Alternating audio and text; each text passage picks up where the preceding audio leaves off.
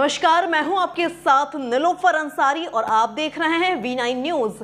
देश और दुनिया की हर बड़ी खबर पर रहती है हमारी पैनी नजर। आइए नजर डालते हैं आज की बड़ी खबर। सपा सुप्रीमो अखिलेश यादव द्वारा फैजाबाद सांसद अवधेश प्रसाद को अयोध्या का राजा कहे जाने पर भाजपा के जिलाध्यक्ष संजीव सिंह ने दी प्रतिक्रिया। कहा, अखिलेश यादव का मानसिक दिवालियापन अयोध्या के राजा के रूप में मर्यादा पुरुषोत्तम राम और चक्रवर्ती सम्राट के रूप में उनके पूर्वजों का नाम इतिहास में दर्ज है।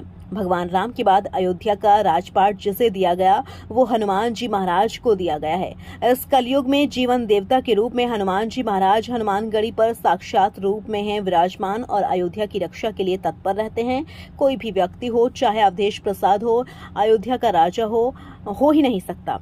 उनका यह मानसिक दिवालियापन प्रदेश की भोली भाली जनता को गुमराह करके कुछ सीटें ज्यादा जीत लेने से उनका जो पुराना अहंकार है वह फिर से निकलकर वापस आ गया है। अराजकता फैलाना, उल्टे सीधे बयानबाजी, सनातन धर्म को कमजोर करना व राम भक्तों पर गोली चलवाना और उनकी जो सेना है गुंडा माफियाओं की, उस सेना के सहारे अराजकता फैलाना उनकी प्रवृत्ति रही है।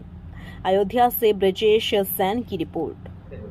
ये देखिए, अखिलेश यादव जी का ये मानसिक दिवालियापन है। अयोध्या के राजा के रूप में मर्यादा पुरुषोत्तम भगवान राम और चक्रवर्ती सम्राट के रूप में उनके पूर्वजों का नाम इतिहास में दर्ज है। और भगवान राम के बाद अयोध्या का राजपाट अगर किसी को दिया गया तो वो हनुमान जी महाराज को दिया गया। और इस कलयुग में भी जीवंत देवता के रूप में हनुमान जी महाराज अयोध्या में साक्षात हनुमानगढ़ी सिद्धपीठ पर विराजमान होकर अयोध्या की रक्षा के लिए हमेशा तत्पर रहते हैं। कोई अवधेश प्रसाद या कोई व्यक्ति, कोई मनुष्य अयोध्या का राजा हो ही नहीं सकता। यह अखिलेश यादव का मानसिक दिवालियापन है। कुछ प्रोपोगंडा फैलाकर, कुछ हमारी देश की भोली भाली जनता को गुमराह करके कुछ सीटें ज़्यादा मात्र जीत लेने से जो है उनका जो पुराना अहंकार है फिर निकल के चला आया है। अराजकता फैलाना, उल्टे पुल्टे काम करना, उल्टी पुल्टी बयानबाजी करना, लोगों की असमत के साथ खेलना, सनातन धर्म को कमज़ोर करना, सनातन धर्म के साथ कुचक्र करना, राम भक्तों पर गोली चलवाना और उनकी जो सेना है गुंडा माफिया बदमाशों की, उस सेना के सहारे देश में अराजकता पैदा करना उनकी प्रवृत्ति रही है। और वह प्रवृत्ति उनके आचरण में दिख रही है, जो इस बात का संकेत है।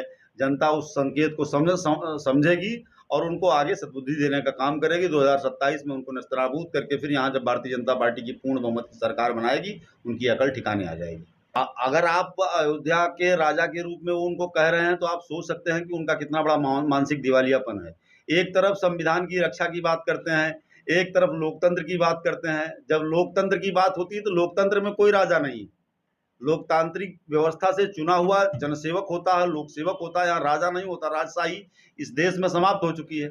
अगर वो राजा बना रहे हैं तो इसका मतलब वो राजशाही लाना चाहते हैं। उनके ज़माने में जब वो मुख्यमंत्री थे तो राजा के रूप में काम करते थे। उनका जो फरमान होता था वही कानून होता था। उनके जो आदेश होते थे और उनके कार्यकर्ताओं के जो कृत्य होते थे वही कानून का रूप लेते थे। थाने पुलिस कोतवाली उनके इशारों पर चलते थे। तो ये उनका मानसिक